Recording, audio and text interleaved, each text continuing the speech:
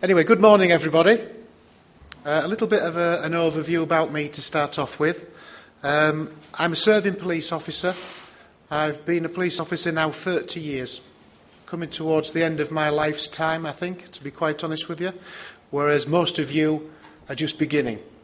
So when I was asked to do a short presentation, I thought I would try and make it a little bit more focused towards the graduates, rather than going too much on about the whole concept of leadership in policing.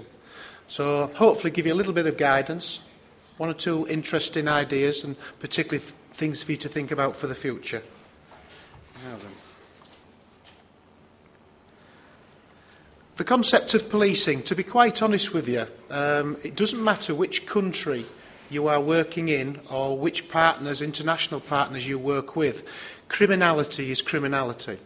And if you look at the offences that occur in any country in the world, cross borders, transnational, wherever it occurs, it is exactly the same.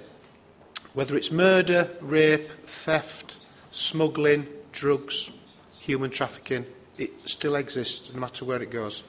The only difference is most countries deal with it slightly differently. Now, we've heard from the two distinguished colleagues about many conferences that have been held very recently, particularly around terrorism. And the whole idea of that type of conference is to pull together different ideas and different approaches. But we can never forget that there is always a national perspective with policing as well.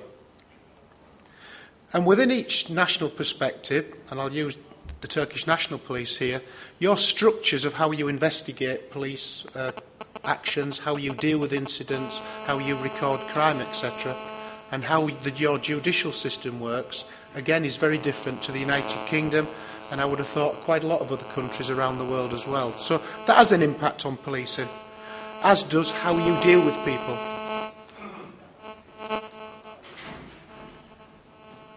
Somebody might be ringing me. So you can call in Turkey community policing, and community policing in different areas of the world, again, will be very, very different. They'll just use the same term, community policing. And the same applies when you start hearing people talking about management and leadership approaches.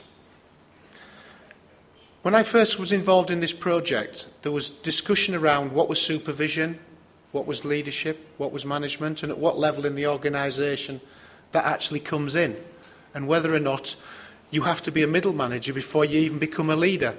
Before that, you're just a line manager or a supervisor.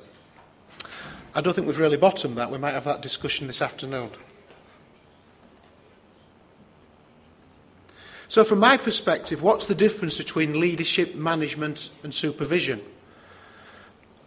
If you wanted me to give you an academic debate for 2 hours around the many, many different definitions of what leadership is, we would all still go away with our own different ideas. The main emphasis that I want to get across to you this morning is it doesn't make a difference at what level you are in the organisation.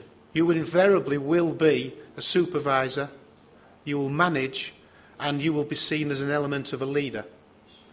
People too often think a leader is the man or the lady at the top of the ladder.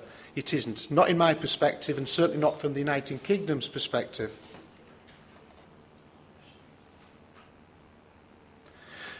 We've done a lot of work over the last number of years around what is a leader. Now, I don't know how good people's written English is, so I'll go through exactly what these are. But in essence, we identified that there's 4 levels.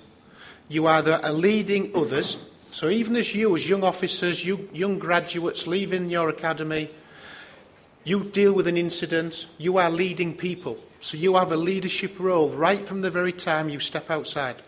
The public expect you to be able to deal with incidents, support them, look after their good interests as well. So without realising, you are leading people.